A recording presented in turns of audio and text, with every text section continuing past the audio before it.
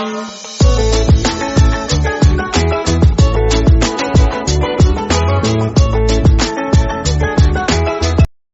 The lord. ప్రభువైన యేసుక్రీస్తు వారు ఈరోజు మనకు అందిస్తున్నటువంటి వాగ్దానం, నమ్మకమైన దూత హృదయమును తెప్పరిల్లజేయును.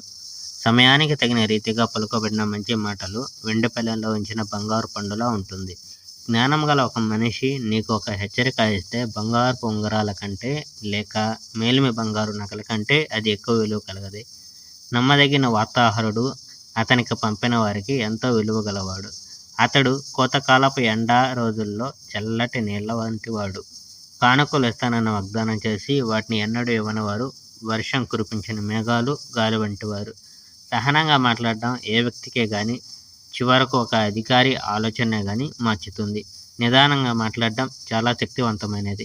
తేనె మంచిది, కానీ దాన్ని మరి ఎక్కువగా తినవద్దు. నీవలా చేస్తే నీకు జబ్బు వస్తుంది. అదేవిధంగా నీ పొరుగు వాని ఇంటికి మరీ తరచుగా వెళ్ళవద్దు. నీవలా చేస్తే అప్పుడు అతడు నిన్ను అసహ్యించుకోవడం మొదలు పెడతాడు. సత్యం చెప్పని మనిషి ప్రమాదకరమైన వాడు. అతడు ఒక గుణపం లేక ఖడ్గం లేక వాడిగల బాణం లాంటివాడు. కష్టకాలంలో అబద్ధికుని మీద ఎన్నడూ ఆధారపడవద్దు. ఒక మనిషి నొప్పెడుతున్న పన్నులా లేక కుంటి పాదంలా ఉంటాడు. నీకు అతడు ఎంతో అవసరమైనప్పుడే అతడు నిన్ను బాధ పెడతాడు. దుఃఖంలో ఉన్న మనిషి దగ్గర ఆనంద గీతాలు పాడడం అతడికి చలి పెడుతున్నప్పుడు అతని గుడ్డలు తీసివేయడంలో ఉంటుంది. అది సోడా, చిరక మిళితం చేసినట్టు ఉంటుంది. Praise the Lord. May God bless our India.